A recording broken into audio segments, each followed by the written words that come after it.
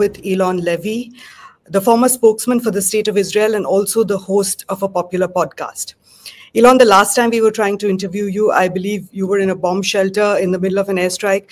So we really appreciate you taking the time for today's chat. Thank you. Thank you. I'm glad to be here, and I hope we won't have any more ballistic missile sirens during this interview. Let's hope. First off, what is Israel's ultimate objective in this active war with Iran?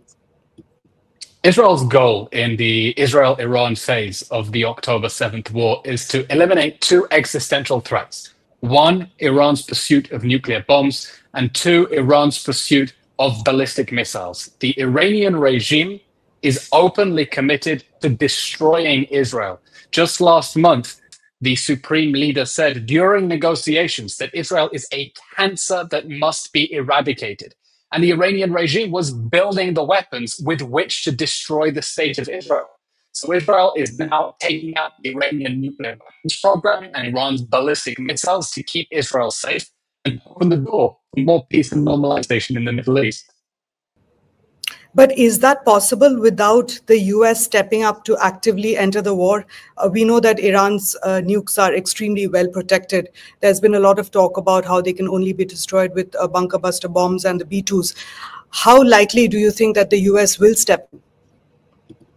Well, for what it's worth, President Trump is saying he'll accept nothing less than unconditional surrender of Iran. He gave Iran a chance to negotiate a deal to get rid of its nuclear enrichment, and they didn't take the chance. So the United States will now be considering whether to get involved. Conventional wisdom says that only US B-2 bombers can destroy the Fordo nuclear plant. Now, let's remind viewers what Fordo is. It is a nuclear weapons facility. It is dug deep underneath a mountain in an IRGC military base, because the Iranian regime is trying to protect its secret and illegal nuclear weapons program. Now, Israel is saying it has a plan to do it by itself. It's not banking on the US getting involved. But there's no doubt if the United States chooses to deliver the death blow to the Iranian nuclear program, it can bring this conflict to a long and overdue end. Are you saying the assault will stop if there is proof that Iran's nuclear facilities are destroyed? And what kind of proof would Israel find satisfactory? Israel is going after the total destruction of Iran's enrichment capability, because Iran has been doing that in order to build nuclear weapons. So far, it's already managed to set the nuclear program back several months, maybe as much as a year. It took out critical facilities at Isfahan. It destroyed the above-ground section of Natanz. Just today, it destroyed the Arak heavy water reactor. And Israel is going to want to make sure that the Iranian regime cannot rebuild its capacity to build nuclear weapons, because the regime that promises to destroy Israel cannot be allowed to develop the weapons with which to destroy it. No, I'm asking about the specific proof that Israel would find satisfactory in order to stop its assault. For example, would that be an IAEA inspection and report? What kind of proof would it take? I'm sure that from satellite images, Israel will be able to see that it has inflicted sufficient damage on the Iranian nuclear weapon facilities, which it has, of course, studied in great detail. Okay. The ramifications of US actively stepping up to take a role in the war, which would involve if it came to the stage of a bunker buster bomb and a B-2 flying into Iranian airspace. The ramifications of that would essentially boil down to Israel perhaps dragging the world into the Third World War. No, I think that prospect is preposterous. The Iranian regime is alone. Even its own allies, Hezbollah, are not able to get into the war. No one is coming to save the Iranian regime, and that's because the world understands that Iran is a destabilizing actor, that Iran has sown chaos and death and destruction across the Middle East in pursuit of its goal of destroying the state of Israel. And I think the German Chancellor Friedrich Merz said what everyone was thinking, but no one had the guts to say out loud, which is that Israel is doing the world's dirty work for it. The Iranian regime is a dangerous, totalitarian, theocratic force that chants death to Israel, death to America, that beats women up in the streets for not covering up their hair. This regime cannot be allowed to develop nuclear weapons, and Israel is doing the world an immense service at great risk to itself by confronting the Iranian regime. And here we see no one is coming to protect the despised Iranian regime, not even the proxy armies they built in the Middle East to try to protect their illegal nuclear program. Russia and China have spoken out very strongly against a possible US role. Russia has also said it's not coming to Iran's defense. Nobody wants to see the Iranian regime go nuclear. Right now, things could change if American bombers are flying over Iran. I think everyone understands that if the United States gets involved, and it's a big if, it would be operating to destroy the prospect that the Iranian regime will get nuclear weapons. It has no bigger aspirations beyond that. A nuclear Iran would be a threat not only to the region, but also to global security and stability. And so I don't expect that any US involvement would be met with any serious opposition. Everyone understands a nuclear Iran is a danger the world cannot afford. So regime change in Iran is not part of Israel's agenda? Regime change is not the goal of Israel's war, but it would definitely be a positive effect. The only way that we can have peace in the Middle East is with a free and democratic Iran. And that's because the root of the conflict between Israel and Iran is that the Iranian regime wants to destroy Israel, is building the weapons to do it, and is determined to impoverish its own people and destabilize the whole region in order to wage war against Israel. So Israel here is trying to eliminate the existential threat of a nuclear Iran and an Iran with 20,000 ballistic missiles. But ultimately, the only way to peace in the region is if the Iranian people take their country back from the tyrants who have oppressed them for 46 years and extend a hand in peace so the Middle East can begin to move on from the horrors of this horrible regime. So you're saying a free and democratic Iran that is achieved through a free and democratic process? Absolutely. Israel would like nothing more than for the Iranian people to constitute a democracy. You know, there used to be flights between Tel Aviv and Tehran before the Islamic regime came to power. And the crown prince of Iran, the son of the former Shah, Reza Pahlavi, a very brave, very strong man, has called on the Iranian people to rise up, take their country back, form a democracy. He says he's willing to help lead a transition process. And I think the Iranian people have tried in the past very bravely to protest against the regime. And each time they were met with brutal oppression. And if this time they rise up in this moment of weakness for the regime and demand to take their country back and form a peace-loving democracy, the whole world should support them. We should not abandon the Iranian people at their moment of need. Okay, I want to ask a question that a lot of people are asking without really a satisfactory answer. Why now? What made Israel launch its surprise attack on the 12th of June on Iran? Because Israel is operating at the last possible minute. The Iranian regime already has enough highly enriched uranium for 10 nuclear bombs. And Israel identified it was beginning to weaponize that bomb. And we can't afford to wake up one day and find out that the Iranian regime has secretly assembled a nuclear bomb. So Israel saw that Iran was closer than it has ever been to a nuclear bomb, weaker than it has ever been, and it was now or never. That's why Israel has taken this dramatic action to save the region from the prospect of the Islamic Republic of Iran with weapons of mass destruction. Because if we waited any longer, it would just be too late. But, you know, all of this is from Israel's point of view. Is it not illegal by international law to carry out an unprovoked attack that actually occurred during negotiations for talks relating to Iran's nukes?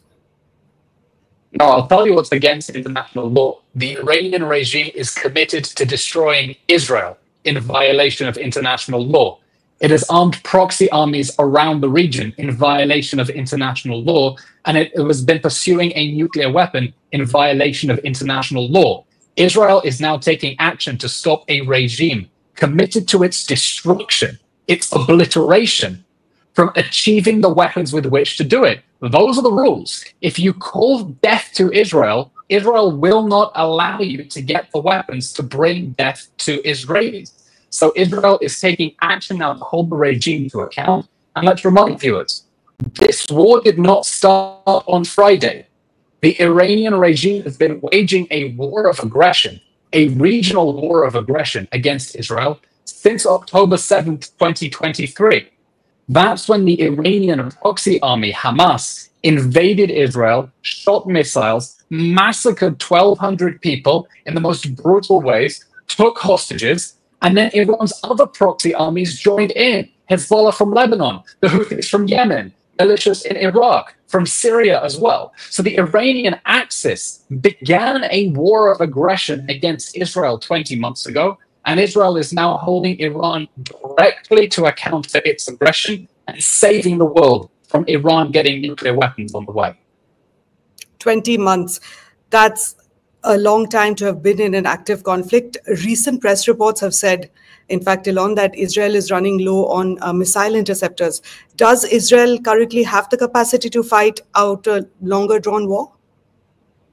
Israel's air defenses are not hermetic. You cannot shoot down 100% of missiles because they're so expensive to shoot down. By the way, this is one of the reasons that Israel decided to launch the war against the Iran phase of the campaign now. Because the Iranian regime was not only building nuclear weapons, it was trying to build an arsenal of 20,000 ballistic missiles. Israel is only 20,000 square kilometers large. That's one ballistic missile for every square kilometer. That alone would be an existential threat to Israel if the Iranian regime tried to fire those missiles at Israeli population centers. So Israel is prioritizing now degrading the Iranian regime's ability to continue waging its war of aggression. Israel has already destroyed half of Iran's ballistic missile launchers so that they cannot continue to shoot rockets at Israel. Just like this morning, they scored a direct hit on a hospital. 150 people were injured this morning, seriously, because the Iranian regime fired a ballistic missile directly at a hospital and other civilian areas. So Israel is trying to stop the Iranian regime from being able to retaliate in order to protect its secret illegal nuclear weapons program, and then it's going after the rest of the nuclear weapons program. What would be the strategy if the war with Iran does drag on? Would you seek help from other countries? At the moment, Israel is working to deliver a knockout blow to the Iranian regime so that it cannot continue fighting this war. Let's remember, this is not the war that the Iranian regime expected. The Iranian regime surrounded Israel with a network of terrorist proxy armies like Hamas and Hezbollah, hoping that they would protect its nuclear program.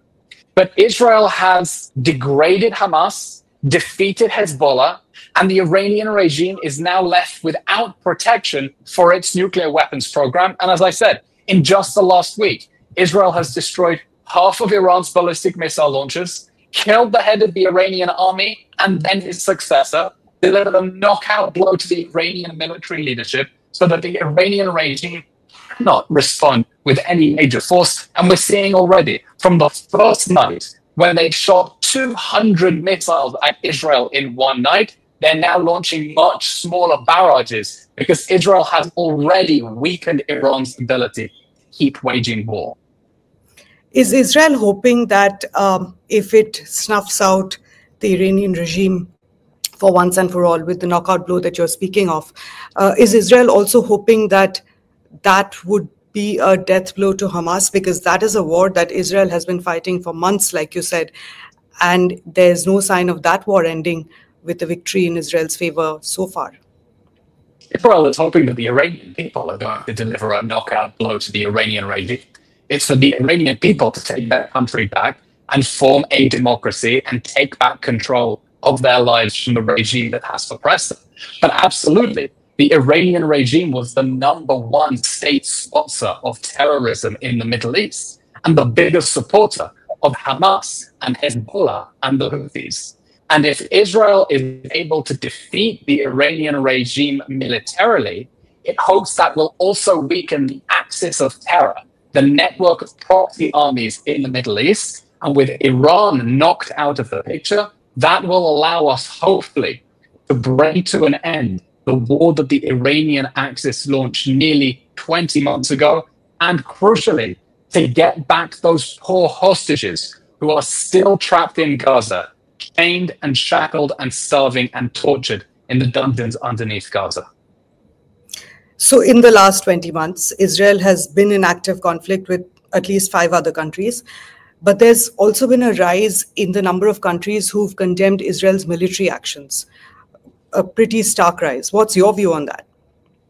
Since October 7th, Israel has been under attack on 7 fronts: Gaza, Lebanon, Yemen, Syria, the West Bank, Iraq, and Iran itself. Israel has been fighting for its life in a regional war waged against it by a totalitarian regime pursuing nuclear weapons and its proxy armies. And Israel is determined to eliminate the threats to its existence so that we do not have to live under the specter of terrorist armies threatening to destroy our country. And I think that every country should consider very carefully what side it is on. Are they on the side of the democratic state of Israel that is fighting to protect its civilians and keep them safe? Or are they on the side of a regime that chants death to Israel, death to America, and has impoverished its own people and enslaved and destabilized the whole Middle East to pursue its goal of war against the democratic state? Okay, last question. What is the most important thing that you're hoping for now that could swing the war in your country's favor? That's a very good question. Israel is moving extremely quickly to degrade the Iranian regime's existential threats, the nuclear weapons program and the ballistic missile program. And I hope that when it does so, the Iranian people really will take the opportunity to throw off the regime that has oppressed them. It would be a terrible tragedy if anyone throws a lifeline to the Iranian regime and this war ends with the Iranian regime able to rebuild its proxy armies and weapons of mass destruction and to doom the Middle East to a further cycle of violence. I hope the Iranian people will form a peaceful, democratic country and we can have peace in the whole Middle East. All right. Eylon Levy, thank you very much for speaking to us today. My pleasure. Thank you, Anita. Thank you.